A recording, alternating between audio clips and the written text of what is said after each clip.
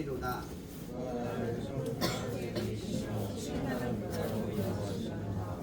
내 영혼을 소생시키시고 자기 이름을 위하여 의의 길로 인도하시는도다.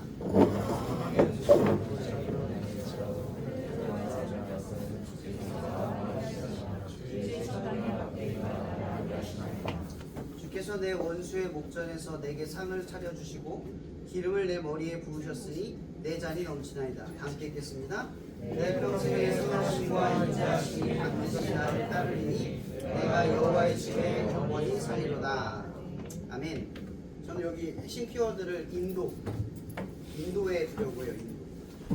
여러분의 삶을 인도하고 계시는 하나님의 그 인도하심에 대해 우리가 어떻게 생각하고 고민하고 또 그것을 우리의 삶에서 이루어지는 이 상황과 환경을 보면서 이게 하나님의 인도하심이다 라고 하는 분명한 확신이 왜 없는지 또 왜 있는지 그거에 대해서 한번 고민을 해보려고 해요.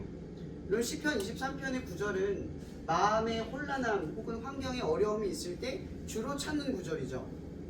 근데 이걸 읽으면 마치 이거 누가 쓴 건지는 알죠? 다윗이 썼어요. 그죠? 다윗이 이것을 썼을 때의 나이는 대략 20살에서 30살 그 중간에 있는 거예요. 그럼 다윗의 20대는 어땠죠? 광야였어요.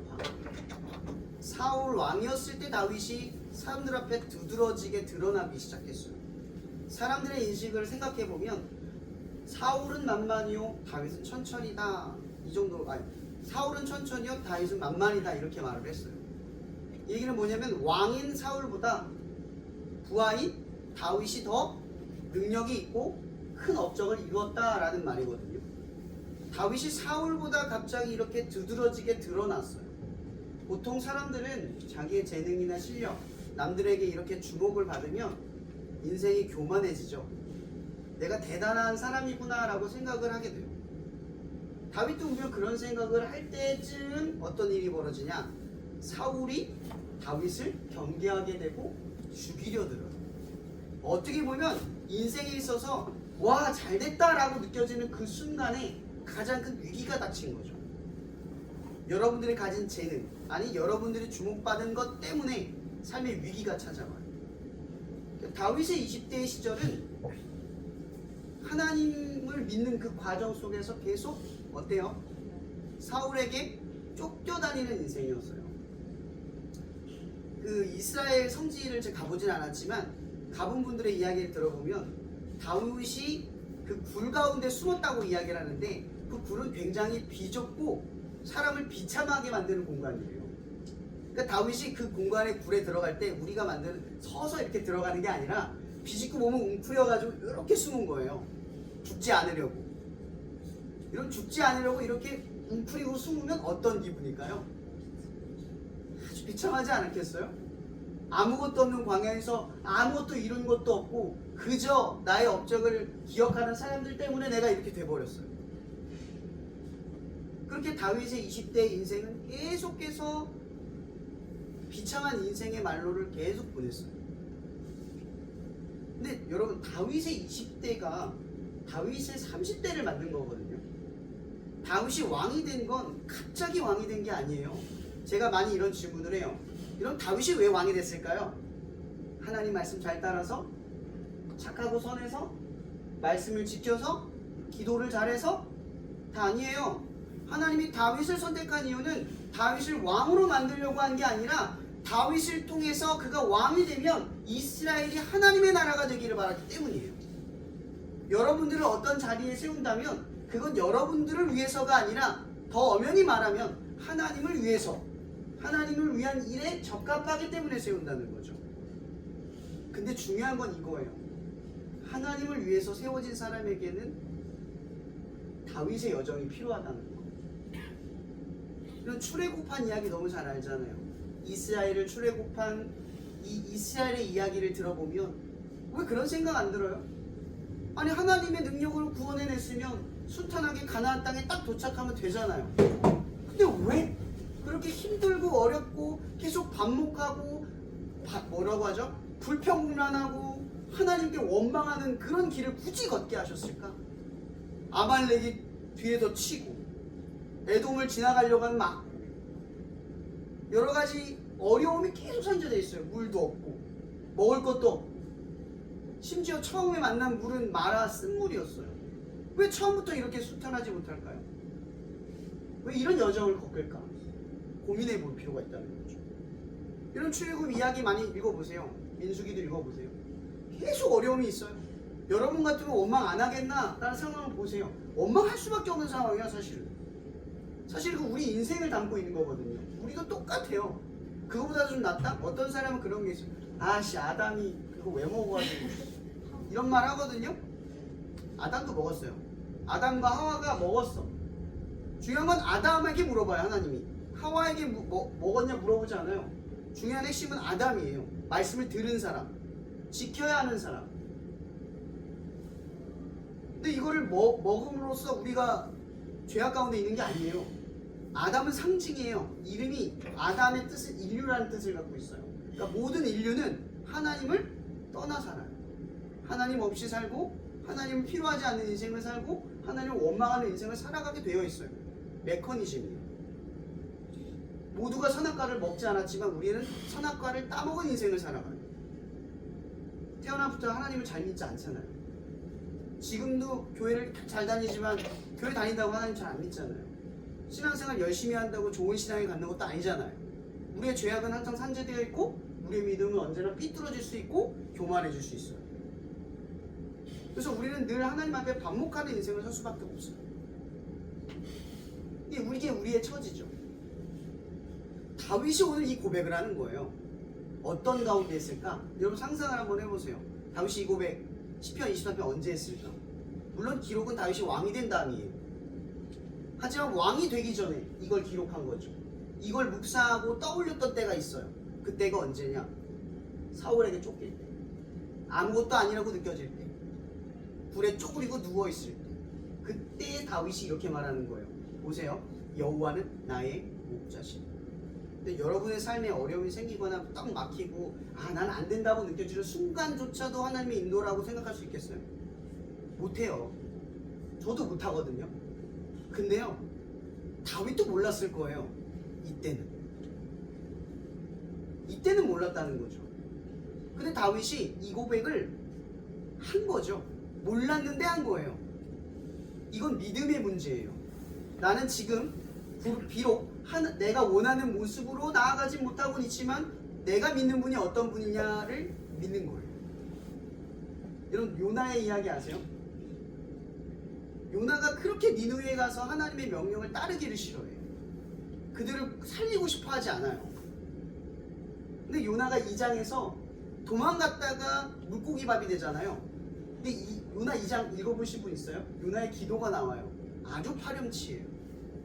그렇게 떠나놓고 하나님 살려주셔서 감사합니다. 너무 사랑이 넘치십니다. 저 좀 구원해주세요. 이렇게 기도를 해요. 그러고 나서 요나가 나중에는 이렇게 하나님이 이렇게 말하죠. 저 니느웨 성을 구원해라. 그러니까 요나가 저 싫어요. 못해요. 성을 내요.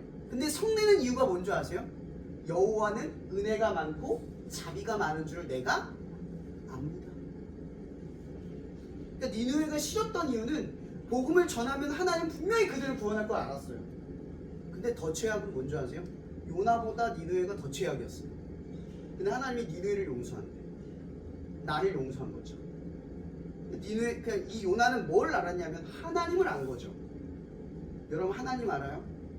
하나님이 선한 목자다라고 하는 사실에 대해서 알고 있냐는 거죠. 인도를 받고 있는데 올 한 해 여러분들의 삶에 인도를 받고 있는데 그 인도함 속에서 하나님이 선하다라고 하는 알미 서서히 드러나기 시작하고 있냐는 거죠. 잘 되는 순간에 기억하고 포착되는 게 아니라 안 되고 있는 순간에도 하나님은 선하셔. 하나님은 옳으셔. 하나님은 나를 목적으로 지으셨어. 그분은 완전하신 분이야 라고 하는 사실을 믿고 쫓아가고 있냐는 거예요. 제가 오늘 이 인도라는 이 형통하다는 말을 헬라어로 한번 찾아봤어요. 이 헬라어로 뭐라고 되어 있냐면 이런 말이 있더라고요. 좀 신기했어요. 좀 유오도라는 언어를 쓴대요.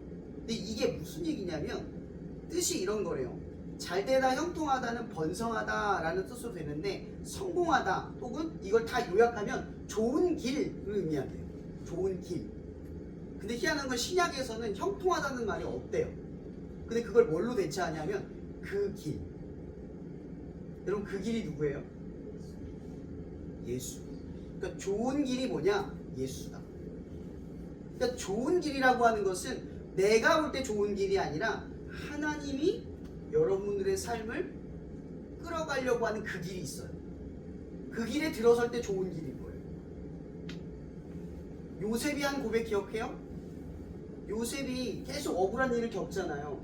그 겪은 일이 두 번이 큰일이 있는데 그 큰일 뒤에 항상 뭐가 기록되어 있냐면 그때 여호와께서 그와 함께 하심으로, 반대로 요셉이 여호와와 함께 함으로 뭐예요? 그가 형통하였더라.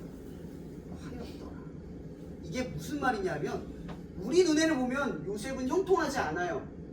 근데 왜 형통하냐? 요셉이 말씀을 지키고 살아가기로 결단을 하고 그런 상황과 현실 속에서 말씀대로 살아갔대요. 그래서 좋은 길, 형통했다라고 의미한 거죠. 하나님이 원하는 길로 걸어가기 시작했다는 거죠. 이런 출애굽이 이런 길이에요. 제가 저번에 한번 말씀 이렇게 전한 적이 있어요. 여러분들 기도 모임 시작할 때 나 그리스도인이야, 기도 모임 시작할 거야 라는 순간 주변에서 좋은 소리 들은 사람 있어요? 교회 말고 친구들한테. 없죠? 학업할 때 도움이 되나요? 아니면 친구 관계할 때 도움이 되나요? 선생님들과 관계할 때 도움이 되나요? 더 불편하고 더 힘들고 신경 쓰여요. 이런 출애굽의 여정은 어쩌면 이거예요. 너는 내 백성이야. 이제 앞으로 하나님이 이스라엘을 하나님의 백성으로 드러내어 끌고 가고 계시는 거예요. 드러내는 백성은 계속해서 공격과 어려움을 맞이하게 돼요. 근데 그런 순간마다 여호와의 말씀은 불기둥과 구름기둥이 되어서 그들을 인도하고 계신다는 거죠. 여러분 불기둥과 구름기둥의 핵심은 하나님이 그들의 가는 길을 비춰준다, 보호한다가 아니죠? 쫓아간다. 그럼 좋은 길은 어떤 길일까요? 하나님의 말씀을 쫓아가는 길이 좋은 길이에요. 여러분들이 가야 할 길이 이런 길이라는 거죠. 여러분들의 그 기도 모임 한 해 동안 섬기면서 오늘은 그런 시간이었으면 좋겠어요. 오늘 다윗이 그런 말을 해요. 여호와는 목자신, 선한 목자신. 여러분 이거 다윗이 왕이 되고 나서 기록한 거예요. 그러니까 약간의 다윗의 고백도 들어가 있는 거죠. 그 당시에는 알지 못했던 하나님을 지금 고백합니다. 여러분 1년 동안 여러분들이 기도 모임을 하면서 나쁜 일만 있었지 않았어요. 기도 모임을 지키는 것, 내가 그리스도인으로 살아가는 것 때문에 놀라운 역사를 경험한 적도 있고요. 장소가 발견되거나 친구가 오거나 제가 왔네? 누가 도와주네? 반대할 것 같았는데 도와주네? 분명히 여러분의 삶에 여러분이 결단하여 어려움으로 넘어설 때 더 좋은 일이 일어났다는 걸 우리는 알고 있어요. 오늘은 그걸 고백하는 시간이었으면 좋겠어요. 여호와는 선한 목자신. 여러분들이 기도 모임을 통해서 나를 드러냈을 때 비록 불편하고 어려운 길이었지만 분명한 건 그 과정에 힘듦만 있지 않고 분명히 열매가 있었다는 것. 그리고 1년을 다 지나고 보니까 나의 신앙에 변화가 왔고 하나님을 알매 다른 시각이 열렸다는 것. 이런 차이가 여러분의 삶에 분명히 있다는 걸 저는 확신합니다. 오늘 말씀을 마칩니다. 오늘 말씀 가운데 이러한 고백이 있었으면 좋겠습니다. 한 해 동안 살아보니 하나님은 참 선하신 분이었구나. 내 상황과 상관없이 내 한 해는 하나님이 잘 인도하셨구나. 그리고 앞으로도 난 그런 선한 하나님을 믿고 어떠한 상황과 환경 속에서도 좋은 길을 따르기를 선택해야겠다 라는 그 결단이 이 시간에 있기를 주님의 이름으로 축복합니다.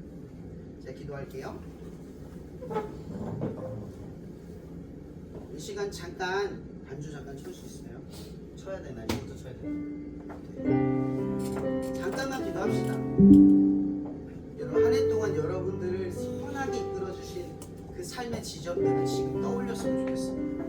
잠시 잠깐 떠올리면서 하나님, 나는 순간순간마다 힘들고 어려울 때, 내가 가진 신앙 때문에 큰 어려움을 겪을 때마다 그런 선한 하나님을 보지 못하고 왜 이런 어려움을 주시죠? 왜 나에게 하나님을 믿는데 더 힘든 일이 찾아오죠? 왜 하나님을 믿는데 나는 더 안 되죠? 하나님, 이런 것들이 우리의 삶에 쌓여있지 않기를 원합니다. 광야를 걸어가는 이 내가 하나님의 자녀라고 드러낸 이 길 속에서 나의 하나님이 더욱 선하다는 것이 선명하게 고백되는 이 시간이 될 수 있도록 우리를 인도해 달라고 잠깐 목소리 내도 되고요, 잠시 조용히 해도 되고요, 같이 기도하며 나갔으면 좋겠습니다. 기도하시겠습니다. 사랑의 주님, 이 시간 우리 스쿨처치를, 우리 청년들을, 우리 청소년 친구들을 인도하여 주셔서 너무나 감사합니다.